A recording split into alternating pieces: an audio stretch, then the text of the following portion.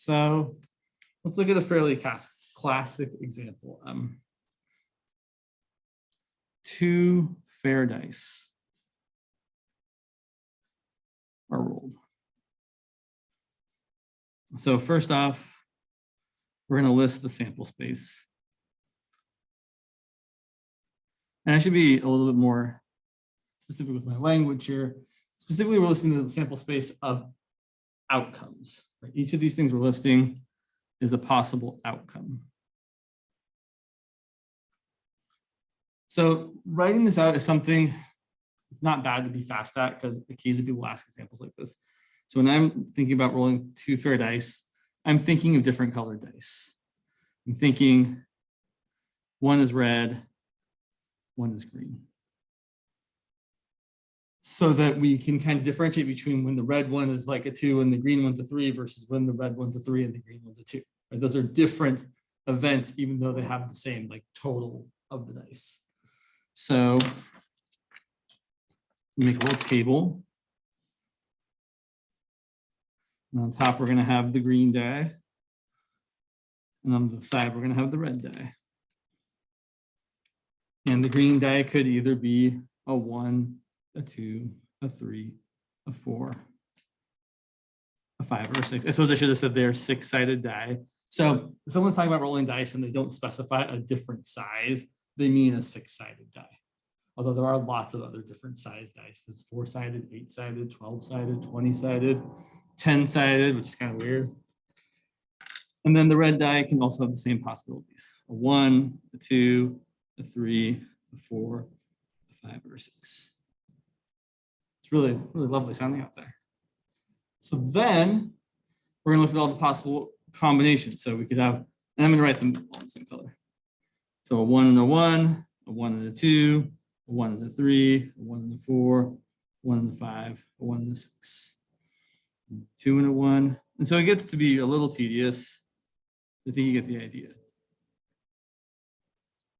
3 and a 1, a 3 and a 2, a 3 and a 3, a 3 and a 4, a 3 and a 5, a 3 and a 6, 4, 1, 4, 2, 4, 3, 4, 4, 4, 5, 4, 6, 5, 1, 5, 2, 5, 3, 5, 4, 5, 5, 5, 6.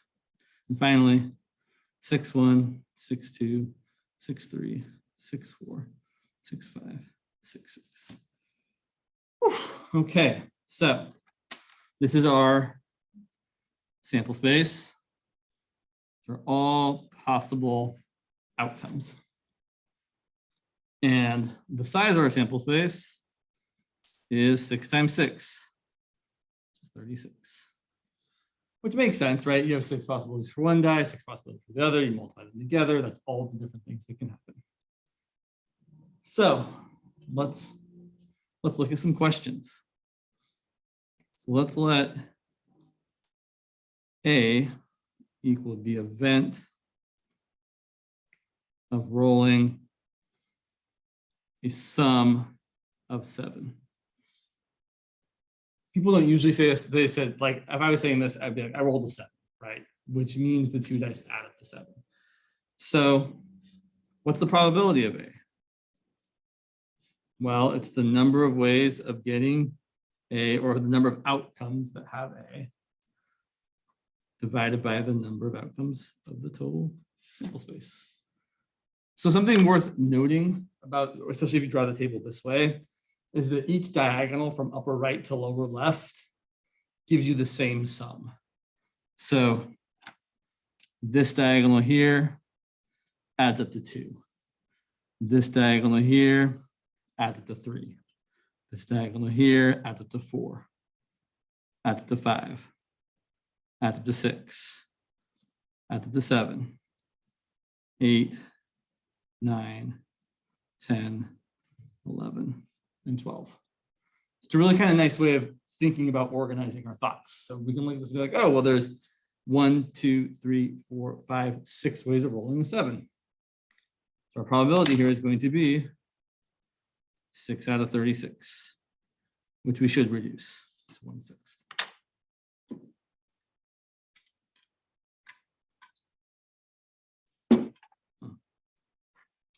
Okay, what else? Let's let B be the event of rolling a 6 or a 5. Okay, well, a lot, again, I mean, I know we've talked about this a little bit before. A lot of this is just counting, right? If I want to find the probability of rolling a 6 or a 5, the probability of B, that's just going to be the number of ways I can do that divided by the total number of things that can happen. And luckily, we've already kind of looked at this chart. Okay, so let's see, how many ways of rolling a 5 are there? There are 1, 2, 3, 4. How many ways of rolling a, oh, I said 5, right? Yeah, 5 or 6. So 5, there's 1, 2, 3, 4.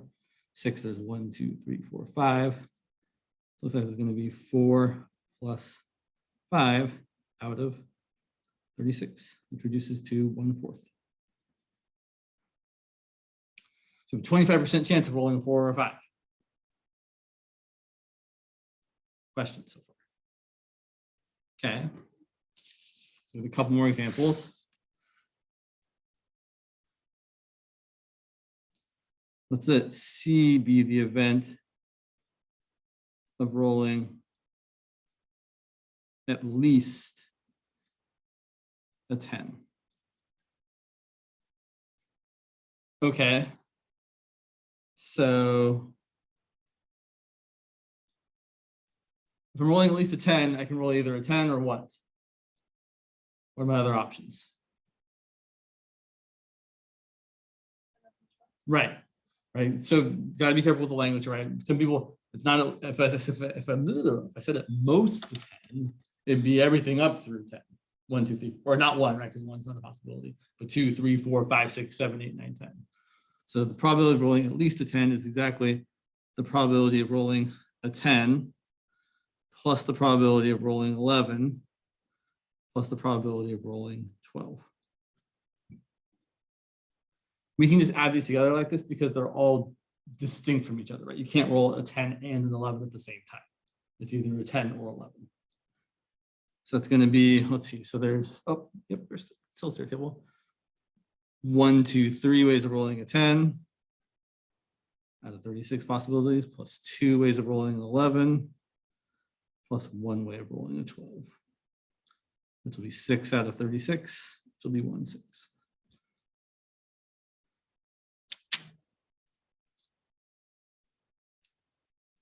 Let's look at a similar example, but a little bit different.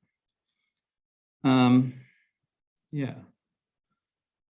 Let's let D be the event of rolling at least a 2.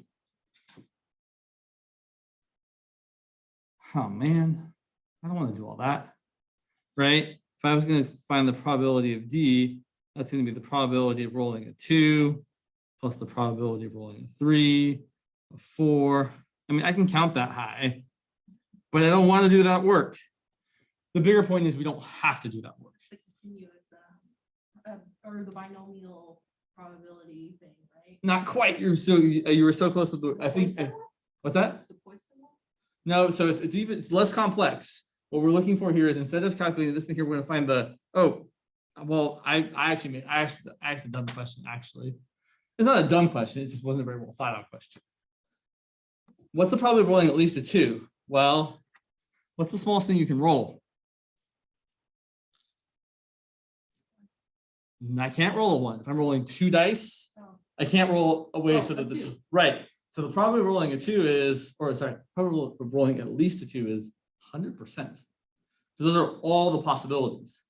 So I should really say that this probability is just 1. Right? Not a great question, but maybe not terrible. Let's look at a better question. What's the probability? Oh, let me actually write it out here. Let's let E be the event of rolling at least a 4. So now we can actually look at the previous thing we wrote for some elimination here. So what I did before, I think is actually doing pretty good. So we have this. We know the probability of, I really should just say the probability of every possibility added up together is always going to be 1 or 100% if you want to think of it that way. Right? All the possibilities, their probabilities added together have to add up to 1. Also, another thing that's worth noting is every probability should be greater than or equal to 0. Usually they're all greater than 0. It's weird to like say this event has a 0 probability of chancing, of happening, why are we even talking about it? But sometimes people will give examples like that. So look at what we're trying to find. We're trying to find this. This would be the probability of our event, that we roll at least a 4. And we can calculate it, you know, 4 out of 36 plus 5, or sorry, 3 out of 36 plus 4 out of 36 plus 5 out of 6 plus, you know, and we can go on that way. But the point is, instead of calculating this, we can calculate the complement. So the complement of an event is everything that's in the whole sample space that's not that thing. So the complement of rolling at least a 4, the complement of E, which is rolling at least a 4, is rolling less than a 4. So in this case, a 2 or a 3. And we can definitely calculate that much more easily. So the thing we want, the probability of our E here is going to be 1 minus the probability of the complement. This is a pretty standard thing to do. So that's going to be 1 minus, all right, well, the probability of getting a 2 is, there's one way of getting a 2. You roll 2 1s, you roll snake eyes. Roll snake eyes. And then, which is 1 out of 36 ways. And then the probability of rolling a 3, well, there's 2 different ways you can get that. Either a 1 and a 2, sorry, or a 2 and a 1.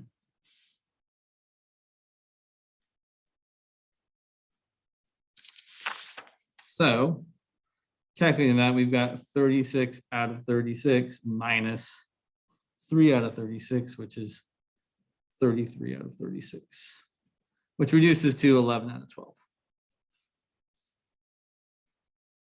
There's an 11 out of 12 chance we're going to roll something that's bigger than or equal to a 4.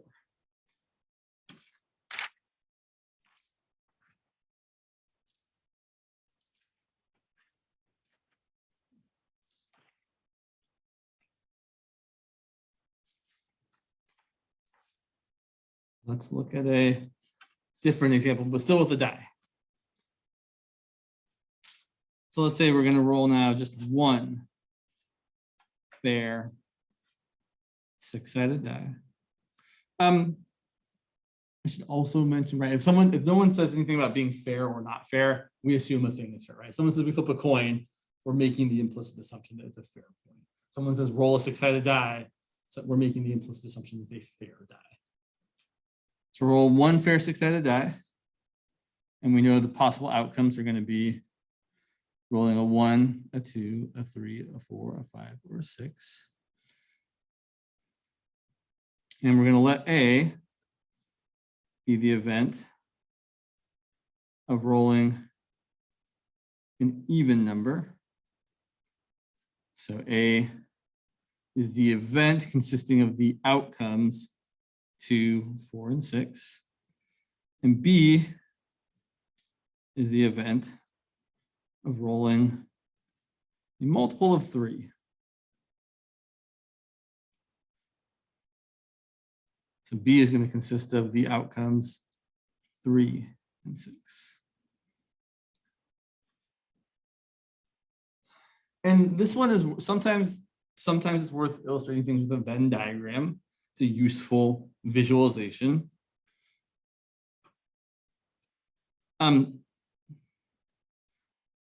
Quick aside. So you know how like when you draw a Venn diagram with 3 things, you can get like all the different kinds of like ways of overlapping. Like you draw like the nice little 3 circles and like you got the little middle part and you've got all the ways 2 of them can be together or 3 of them can be together. It's harder to do if you got like 4 things. Right? So if I wanted to draw 4 circles and have all the different possible overlaps, so like 2 of them overlap and then all 3 of them overlap in like 4 different ways, it's a neat picture. so it's hard to draw if you've never seen it before. I can't draw because I don't actually remember what it looks like. But if you're looking for something cool, I promise you it's actually really neat looking. And people have drawn them for like 5. You got like, I mean, I'm gonna have to find it now. I'll post it on Canvas because I think it's really just, it doesn't matter at all because you're probably never gonna have to do it, but it just looks neat. So I will find the picture and show it to you on Canvas because it's cool. But a Venn diagram of 2 things, less challenging to draw. So here's my A, here's my B. Their overlap, AKA their intersection, is just 6. A has 2 and 4 in it. B has 3 in it. And then outside of A and B are 1 and 5, living in the total sample space. So let's talk about some probabilities. The probability of each die roll is a 1/6. Right? The probability of rolling a 1 is 1/6. The probability of rolling a 2 is 1/6. All the way down to the probability of rolling a 6 is 1/6. And just like before, these probabilities should add up to 1. It's a really useful fact, right? If you have the probabilities of all the outcomes, they should always add up to 1.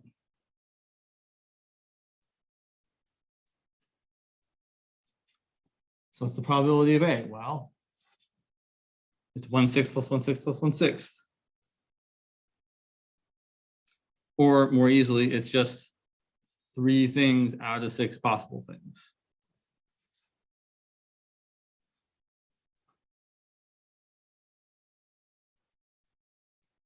Probability of B, 1/6 plus 1/6. Okay, more interestingly, what's the probability of the intersection of A and B?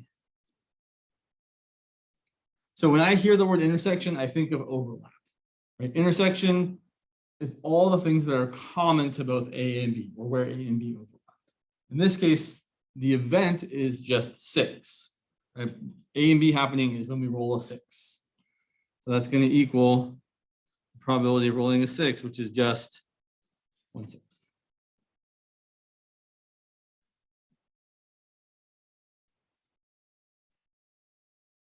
Probability of A union B. So one thing quickly, actually.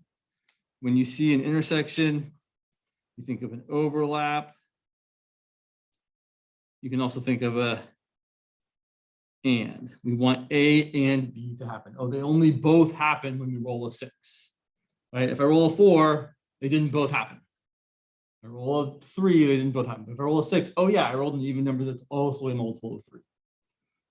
It's the only one on a 6-sided die. On the other hand, A union B, that's an or situation. We want everything in either A or B.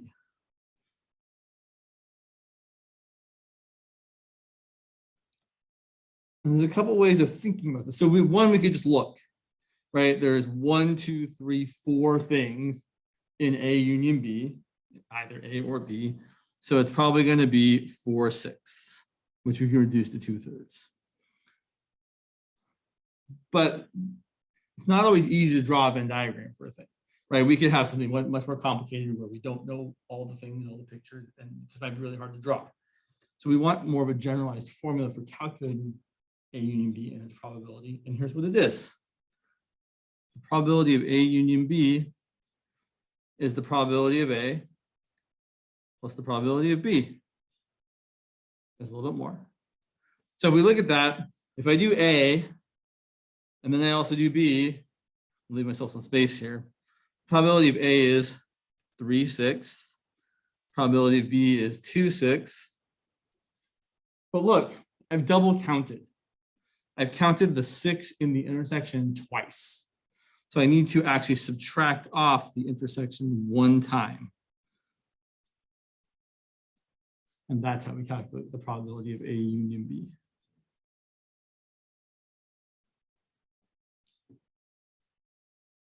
But I do like drawing the picture because if you draw the picture, you're like, oh yeah, Probability of A, great, all that. Probability of B, great, all that. Oh, look, I've definitely counted that part twice. So I need to subtract it off once so I don't double count it.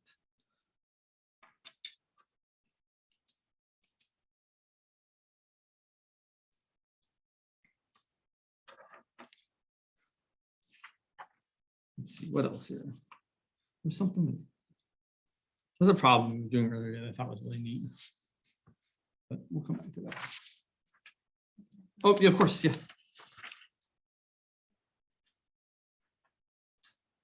So a couple more things here.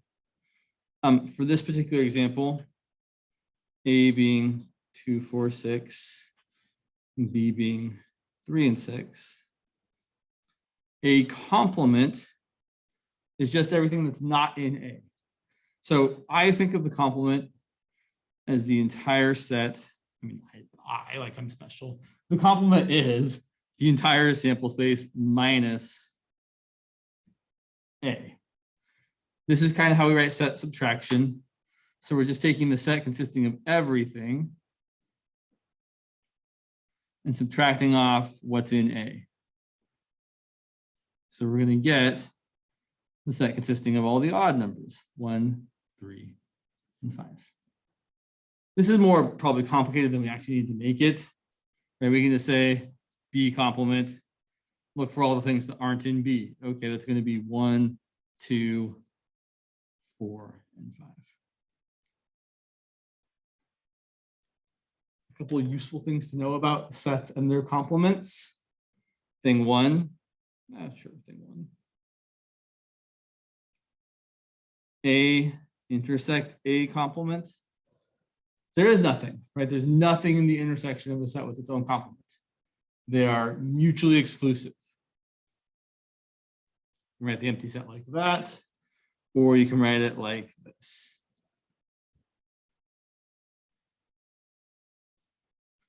So A and A complement are mutually exclusive, also known as being disjoint.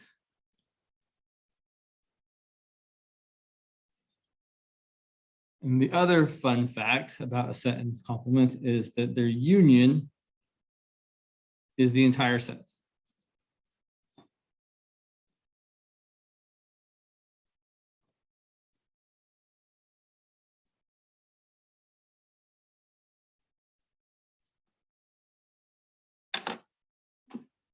Questions about any of this so far?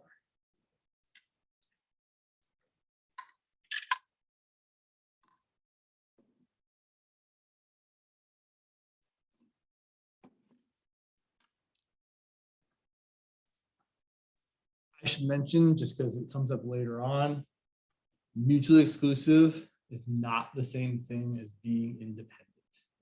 Independence is actually specifically, if things are mutually exclusive, they're decidedly not independent of each other. And it's very easy to show that. We'll get there at some point. Let's do some more examples. Let's look at some cards.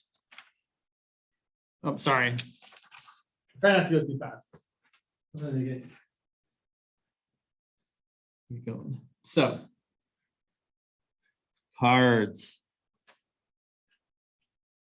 This is a reminder to everyone, cards. A deck consists of 52 cards, 4 suits, 13 ranks in each suit. Ace, 2, 3, 4, 5, 6, 7, 8, 9, 10, Jack, Queen, King. So let's talk about some probabilities. Let's find the probability. Is this 13 rounds or 13 ranks.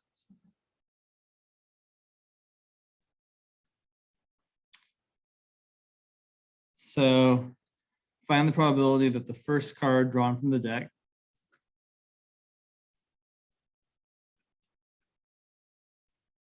is an ace or a face card.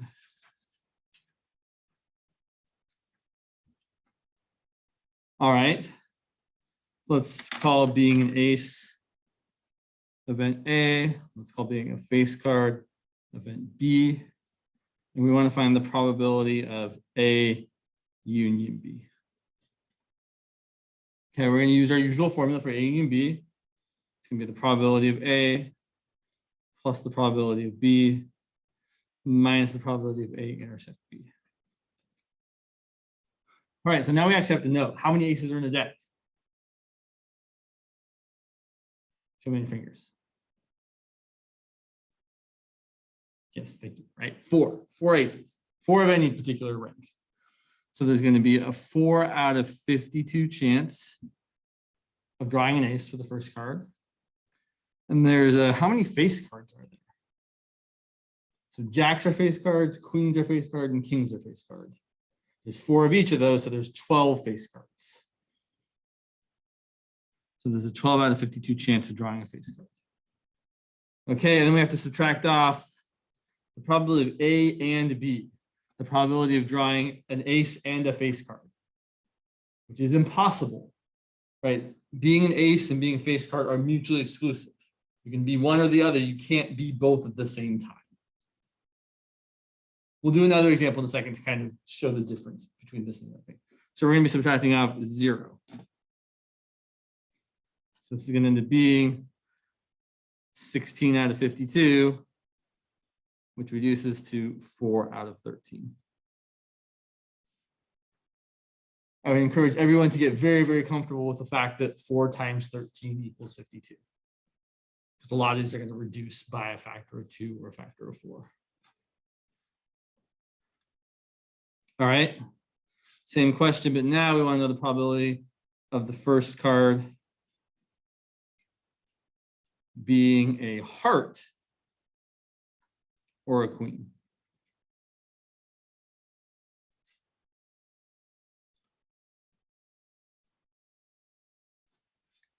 Okay, so again, let's say being a heart.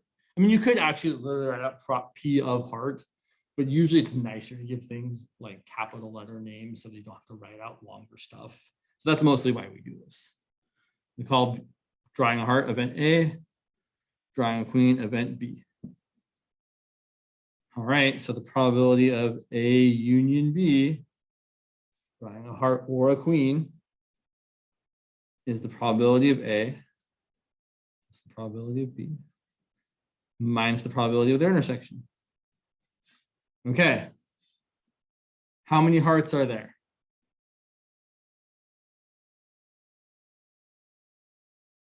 Everyone's favorite lucky number, 13. There are 13 of each suit. There are 13 hearts, there are 13 spades, there are 13 clubs, there are 13 diamonds. Okay, how many queens are there? Oh, so I made not a mistake yet, but right, the probability of drawing a heart isn't 13. You can have a probability that's bigger than 1. The probability is 13 out of 52. So if you ever get an answer for a probability that is a number that is larger than 1, you should go back and ask yourself, oh, did I forget to like divide by the thing or maybe something else? But definitely if you're getting numbers bigger than 1 for a probability, there's some error happening. All right, probability of getting a heart. Sorry, we said that already. Probability of getting a queen. Well, the probability of getting any one rank of card is always going to be, I mean, not always, but typically going to be 4 out of 13. There's 4 queens in the deck. Sorry, 4 out of 13, 4 out of 52, which would reduce to 1 out of 13. 4 queens out of 52 cards. But then we have to subtract off the probability of their intersection. The probability of drawing a queen and a heart. Are there any cards that are both a queen and a heart? Yes, the queen of hearts. So there is 1 queen of hearts. There's 1 card that is both a queen and a heart out of 52 possible cards. Right, there's no card that could be a face card and an ace, but there definitely is a card that could be a queen and a heart. It is the queen of hearts. So here we end up getting 13 plus 4 minus 1, which is going to be 16 out of 52, which is 4 out of 13. Coincidentally, the same probability as the previous question. Makes sense. There's 16 cards that fit the bill here. There's 16 cards that fit the bill here. Okay. More cards. What's the probability? This question is going to sound maybe not great. Of drawing a red card or a black card. So before we answer this question, I would encourage you to think about it. Well, either drawing a red card or a black card. Are there any other options? All the cards are either red or black, right? So sometimes like in other places, they'll color cards 4 different colors so that people can kind of differentiate between them in another way. Like sometimes you'll see like online, you'll see like one card colored green, one card colored, or one suit colored red, like red, black, green, and blue or something, just to kind of help people who have trouble seeing things, or I don't know. There's a reason for it, just to kind of help differentiate in another way. But standard deck, half the cards are red, half the cards are black. So the probability of drawing a red card or a black card should be 100%. Probability of A union B is the probability of A plus the probability of B minus probability of A intersect B. Probability of drawing a red card is 26 red cards out of 52 cards, or 1/2, right? We should probably say it's 1/2. Probability of drawing a black card is also 1/2. Probability of drawing a card that is red and black, pretty unlikely to draw a card that is both red and black. So we get 100%, or 1.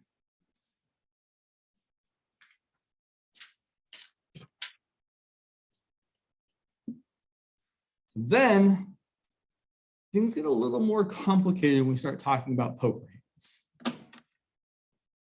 So let's say 5 cards are dealt from a standard deck.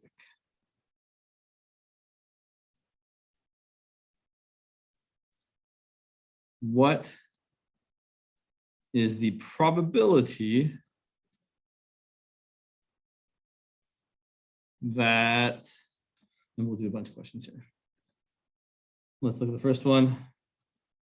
All 5 cards are hearts.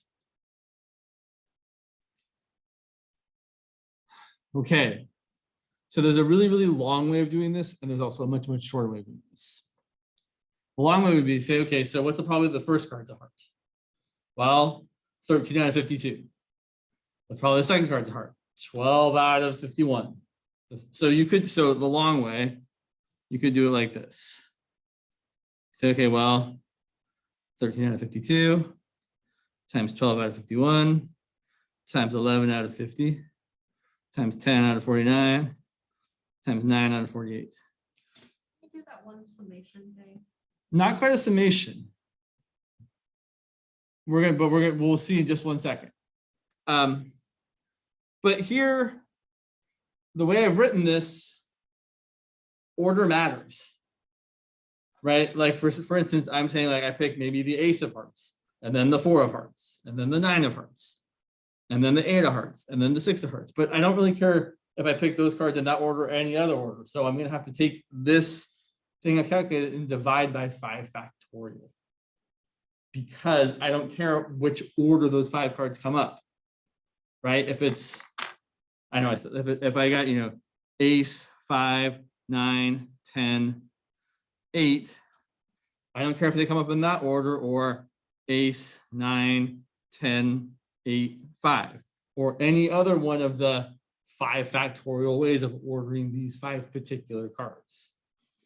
So if I was going to do it this long way, which again, we're going to see a better way in just a second, we would take this number and divide it by 5 factorial. Okay, but here's the better way of doing it. So if I want all 5 cards being hearts, let's call this A.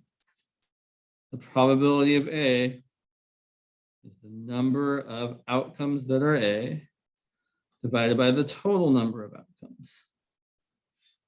Okay. So how many ways can I choose 5 hearts?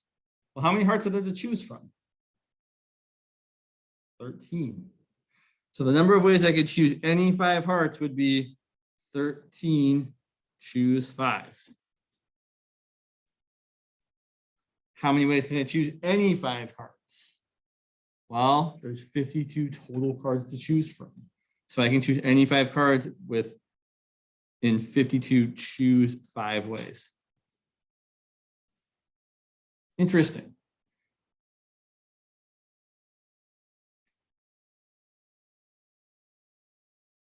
Let's take a look and see how this actually simplifies. So 13 choose 5. I'm gonna write it the other way because I like writing it the other way. So 13 choose 5 is going to be 13 factorial over 5 factorial times 8 factorial. 52 choose 5 is going to be 52 factorial over 5 factorial times 47 factorial. And right off the bat, what can I cancel? The 5 factorials, 100%. And then I'm going to flip and multiply. So this is going to be 13 factorial over 8 factorial times 47 factorial over 52 factorial. So let's see, 13 factorial over 8 factorial, that's going to be 13 times 12 times 11 times 10 times 9. Interesting. Divided by 47 or 52 factorial, everything cancels out except for the 52 times 51 times 50 times 49 times 48. And now I'm looking at my previous work and thinking, I guess I didn't need to divide by that 5 factorial after all, even though I really convinced myself that I should. It's bothering me a lot.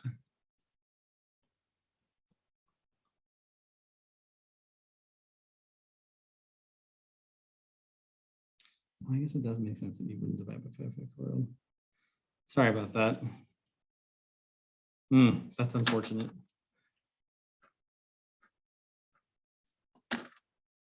Why would we divide by 5 factorial there? Because we're trying to count all the ways you could get 5 hearts. And I guess we do count the different orders as a different way you could get them, even though the results are the same. Yeah, it's not lovely, but it is true. I love making mistakes in front of all of you. It's my favorite. Sorry.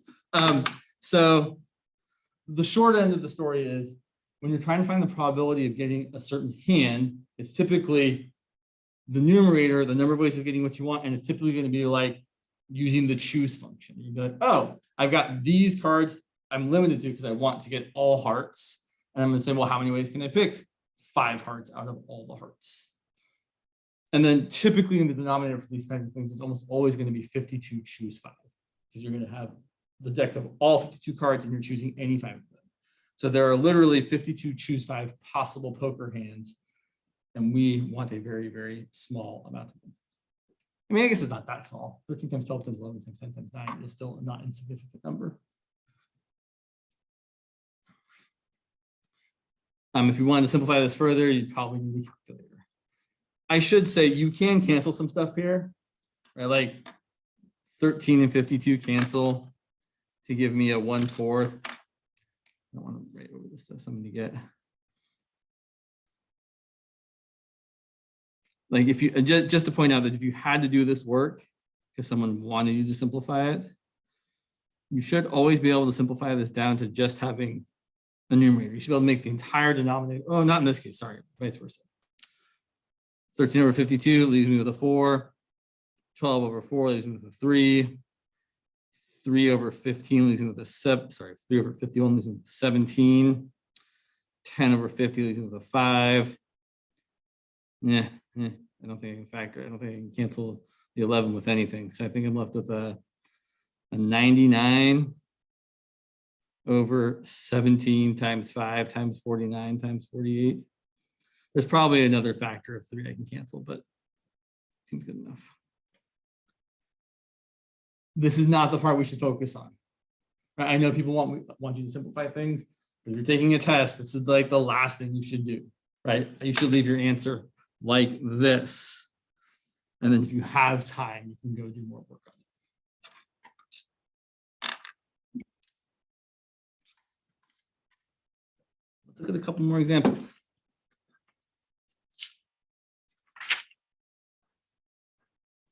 Talk about the probability of getting two pair. Oops. So to get two pair, we need specifically two cards of one rank, two cards of a different rank, and a fifth card of a different rank. Right? Because otherwise, right, if you had like two queens and two kings, and you had another king, it's no longer two pair, right? That's going to be a full house. Did I say two kings and two kings? And another king? I feel like I might have been. If you had two threes and two kings and another king, that's not two pair anymore. That third card has to be a different rank than the first two ranks. Okay. So it's good to think about kind of what you want. So we want a card of one rank.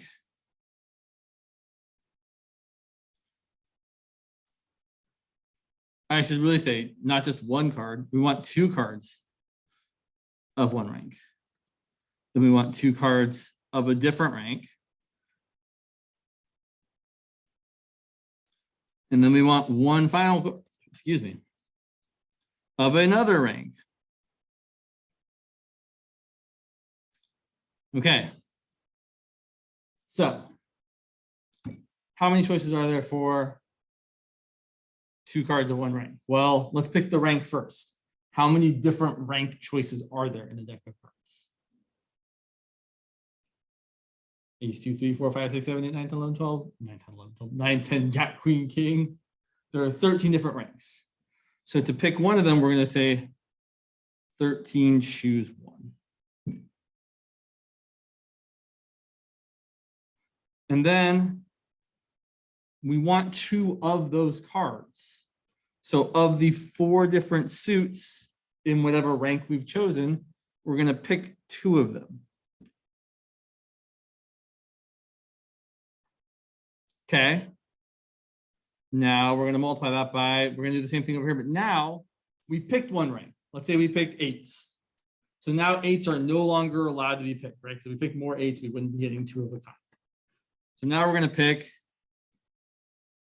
any other rank aside from the one we've already picked. There are 12 ranks left. We're going to choose one of them.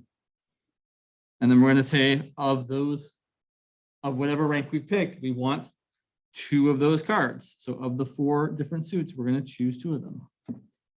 There's 6 different ways of doing that, by the way. 4 choose 2 is 6.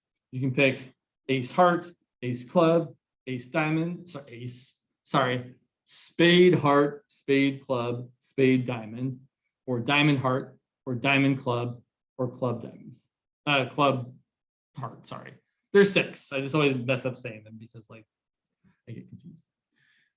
Lastly, of the 2 ranks we've already picked, we don't want to pick either of them. So let's say we pick 8s and 6s.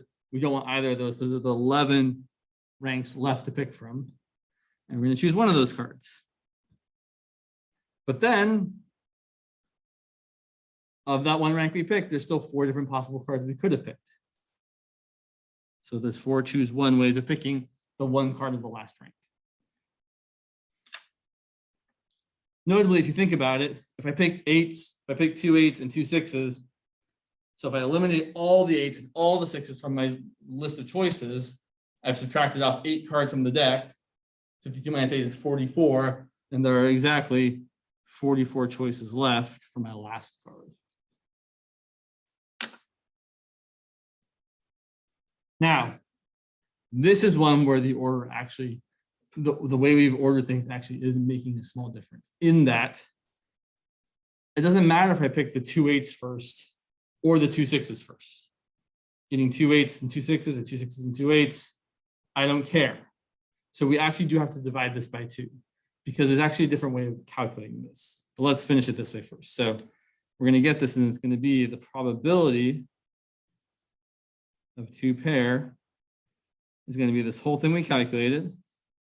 13 choose 1 times 4 choose 2 times 12 choose 1 times 4 choose 2 times 11 choose 1 times 4 choose 1 divided by 52 choose 5 and also divided by 2 factorial. Because it doesn't matter which way we pick the first pair and the second pair, meaning I could pick 8s first and 6s second, or 6s first and 8s second. We could definitely simplify this. Anything choose 1 is just itself. And you know what, we could simplify this, but again, that's not really the point. So yes, you could simplify this. I don't think that's what we need to do right now. I want to mention a slightly different way you could do this one. You could instead have said, I need to pick 2 pair. So of the 13 different ranks, I'm going to choose 2 of the ranks to have to be my 2 pairs. So there's 13 choose 2 ways of picking 2 ranks. And then for each of those 2 ranks, I want to pick 2 of those cards. There's 4 choose 2 times 4 choose 2 ways of picking the first pair and the second pair. And then of the remaining for the last card, there are 11 choose 1 ways of picking the last rank times 4 choose 1 ways of picking the last card from the last rank. And then that would be divided by 52 choose 5. This 13 choose 2 accounts for, we don't care which way we pick them first, 6s versus 8s or 8s versus 6s. And just to see this, right, 13 choose 2 is equal to 13 choose 1 times 12 choose 1 divided by 2 factorial. So that's where that extra 2 factorial is kind of coming from, because we really needed to get that. All right, it's 2:01. I should stop.